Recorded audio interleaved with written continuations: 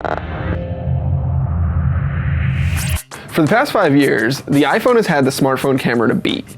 If you wanted a phone that took reliable and consistent photos, your best bet was to go with whatever the latest iPhone was available. But in the past year, things have changed. The competition has really stepped up its game, and other smartphone makers now have cameras worthy of consideration. Both Samsung and LG have released phones this year with really impressive cameras that give the iPhone some solid competition. Now we just saw the iPhone 6s get released, and Apple's touting that we've got more resolution this time around, better performance in low light, all with that same reliable container of taking pictures on an iPhone that we're all familiar with. So we decided to take it and stack it up against the best from Samsung and LG. So we've got Samsung's best, the Galaxy S6 Edge Plus. We've got LG's best, the LG G4, and we put them up against Apple's best, the iPhone 6s Plus. Yeah, I brought these out and I put them in a bunch of different situations: low light, macro, portrait, landscape, basically everything that you'd want these cameras to succeed in. So first, we've got a macro image here. This is a beautiful flower. And this image is really bright and vibrant, but there's some real issues here. And namely, you don't really see them until you look closely, but it's actually out of focus. And we found this to be a pretty common situation with the iPhone, right? Focusing up close with the iPhone is not necessarily the easiest thing to do. You have to give yourself more space than I think most people would expect. And even tapping to focus here didn't really help.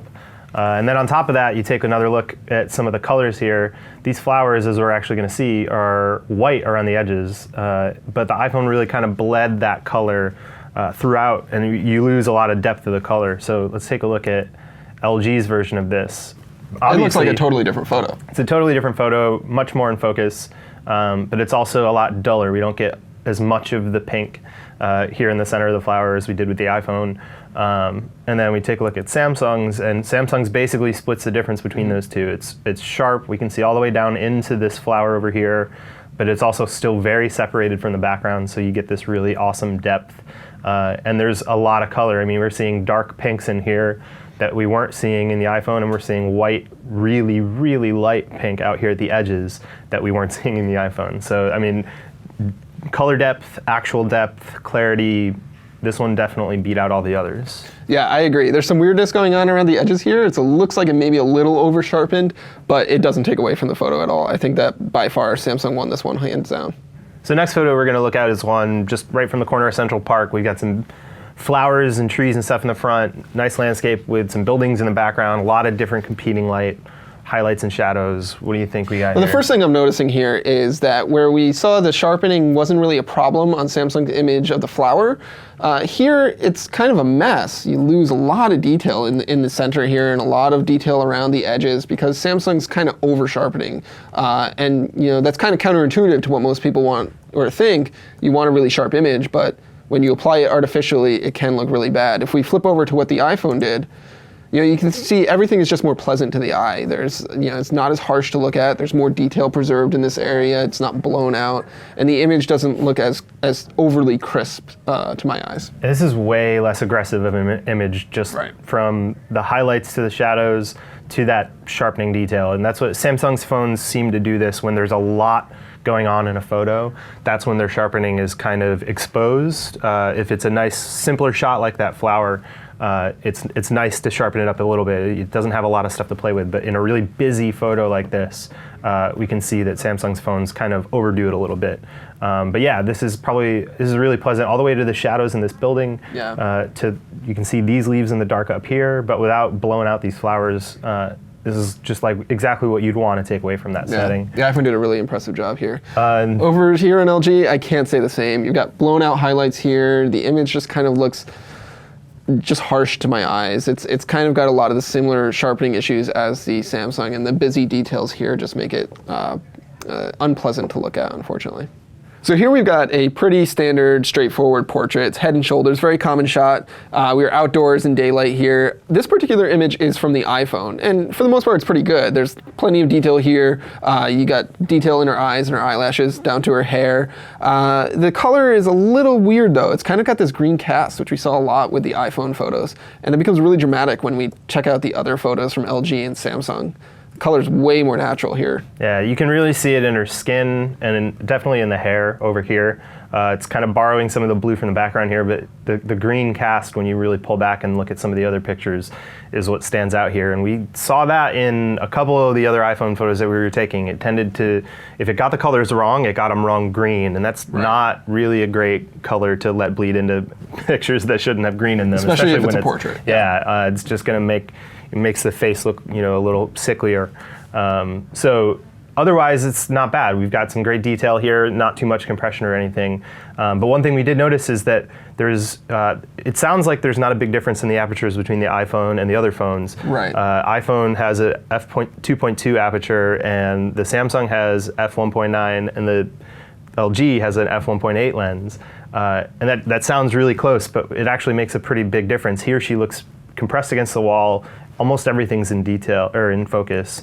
But you look at LG and the Samsung image, and there's some separation there between her and the wall. There's some depth in this image, and that little change in aperture actually makes a really big difference in a picture like this, at least, when you're close to the subject. I think the Samsung did the best job here as far as balancing the color, the sharpness, and the saturation. What's interesting, though, is the LG is a really kind of almost a desaturated or flat image, which isn't great for a directly out of camera image, but if you want to edit your photos or something like that after the fact, this gives you a good base to work with. Yeah, I look at a photo like this and I think about all the different directions I could take it when I'm editing a picture. Right. Whereas I look at something like the one that we got out of the S6 Edge Plus and I say, this one's probably already good enough to post somewhere. I don't really need to do too much to it. So that's really kind of a matter of choice. But I think most people are going to want to do less out of the camera and would like something like this. So we just took a look at a portrait image taken in daylight. Let's take a look at something on the far end of the spectrum taken at nighttime, lit by a phone screen. And we can see here, this is the iPhone image. We can see that green cast again, a lot of green color in his face, especially where it falls off from light to shadow. And then we also see that the iPhone didn't really handle the exposure too well. It's really blowing out some highlights here around his nose and his forehead up here. So not really the best thing, but you got a usable image. This is a really challenging moment to get a picture. It was really dark out, even though you can still see a little bit of blue in the sky. It's not bad. It kind of reminds me of when you had a disposable camera and you took a picture with a flash. It's a little harsh, and it's got that green tint, whereas you can see if we flip over to what Samsung did, it's kind of like the exact opposite. Yeah. All the green has been replaced by this orangey yellow, which is way too extreme in this case, and I really dislike this image a lot. The other problems that I have with this image is it's way oversaturated. The green is super green, the red is super red, and even though it looks like there's more detail in some of the areas where the iPhone blew it out, you can tell it's just smeared, and there's no actual detail there. So it's really interesting how the two cameras handle this similar situation differently. And really the winner, I think, here is the LG. You've got all the detail in his face as best as you can preserve it. His shirt is not too oversaturated, and it's not overexposed or green. This is like the perfect blend of enough sharpening to get some detail out of the image, enough noise reduction so that it doesn't look completely awful. And I think a lot of this is also due to the optical image stabilization on the LG G4. All of these phones have optical image stabilization, which is great and helps especially in low light situations where you need a longer exposure. But LG's is definitely in a different class from the other two phones. I mean, you can hold this phone and kind of rock it around a little bit up and down, and the image won't move on the screen. It's almost disorienting. So for a picture like this, where you need to be holding the phone there for the shutter to open a little bit longer to capture the image, the optical image stabilization on the LG really helped make this the best picture of the three. Yeah, I agree. So we just took a look at a nighttime portrait. Now we've got kind of like a nighttime landscape scene here. This is a highway, and so all three cameras use their optical stabilization to the best. They all are going to drag the shutter quite a bit here, so the cars are going to get some blur, but the rest of the details should be sharp. Now this here is the iPhone image, and it's kind of cool. There's not a lot of warm tones in here. It didn't pick up the headlights as being warm and change its white balance to that. Whereas if you look at the LG here, it's the exact opposite. Yeah. It's really warm in comparison, right? It's kind of yellow. It's really kind of unnatural. I don't think this is a better image. The other thing that you can notice here between the LG and the iPhone is in the sky, the LG is doing a ton of noise reduction and blurring up there, whereas the iPhone kind of just holds the grain, which makes it grainy. But more neutral, duller photo, but the detail is at least not been touched and messed around with too much. Right. Whereas this has definitely had some processing done already. But this is a sharper image, and I think it's, again, thanks to that optical image stabilization. You just follow the lines all the way down to the center of the image, and you can just see a sharpness that isn't there in the iPhone. And especially when you look at the sign that's way back here, this green sign, you can pick up way more detail than you can on the iPhone. And the iPhone, it almost even looks farther away, I think probably because it's a wider field of view. But you can actually read it here on the LG. And then I think even better, we get to the Samsung image, we have basically the happy medium. You know, it's not, the walls aren't completely yellow with all that ambient light. You still get some of that natural daylight that's barely still left up in the sky. Balancing it all out, you've got this really kind of good movement from like blue to warm. And then you also have a lot of really great detail. You can see the trash all along the highway, all the way down. And you know, you go back to the iPhone image, and that's a lot harder to see here. Yeah. But you still have some of the problems that the LG one has. Like you said, you know, you can see a bunch of splotchiness up here in the sky, which is where it's doing some noise reduction for you. But otherwise, this is probably the best. It's the same deal. We can see a ton of detail back here as well. We can see the sign where we couldn't see it in the iPhone image.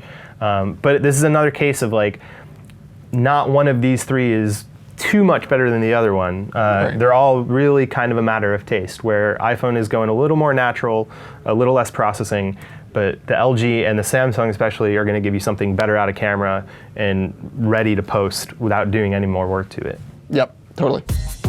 So I went into this expecting that I was going to love one phone more than the others, and this really wasn't the most scientific test. It was very situational. I was, you know, finding things that I wanted to take pictures of and just pulling these phones out of my pocket and one by one taking those pictures, which I think is how most people shoot, and I think we got results that reflect what most people shoot. Right, and we've been reviewing them on this high resolution, large screen, which really isn't how most people review their photos, right? They're looking at them on their smartphone, they're sharing them to Instagram that they're viewing on the smartphone or Facebook or wherever it might be.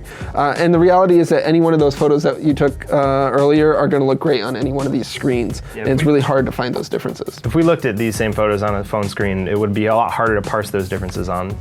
Exactly, and so while there's no real winner here, there's no real loser either, right? All of these phones take great photos in a lot of different situations, and they're all pretty reliable no matter what you want to do with it afterwards. And that hasn't always been the case. That's quite a bit different than it was a couple of years ago. Yeah, if we did this test even a year or two ago, we would see much different results, and it would probably be the iPhone that was the winner. And it's these two other companies, Samsung and LG, that stepped up their game and were able to catch up to where the iPhone was at, and really give people cameras that are just as good, if not better in some situations, than the iPhone has always been. And so now, really any one of these cameras on these phones is gonna get you the image that you wanna get. Right, so now it's just up to us to take good photos.